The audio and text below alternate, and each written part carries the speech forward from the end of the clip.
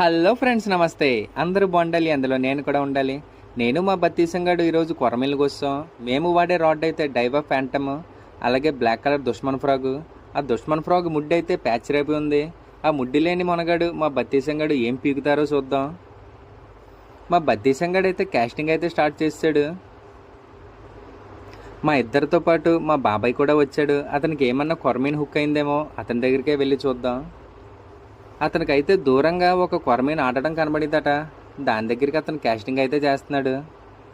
ఇది ఇలా ఉండగా మా బత్తీసం గారి దగ్గర నుంచి పెద్ద కేక్ అయితే వచ్చింది. నేనైతే పరుగున వాడి దగ్గరికి వెళ్ళేసరికి వాడైతే చేపని ఒడ్డుకైతే చేర్చాడు. ఆ చేప చాలా చిన్నగా ఉంటుంది అనుకున్నాను, కానీ ఆ కొరమీను అయితే చాలా పెద్దగా ఉంది.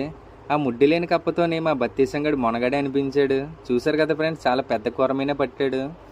ఈ వీడియోకి ఇంతే ఫ్రెండ్స్. మా వీడియో మీకు నచ్చితే అలా చూసి వెళ్ళిపోకుండా లైక్ చేయండి, ఛానల్ని సబ్స్క్రైబ్ చేయండి.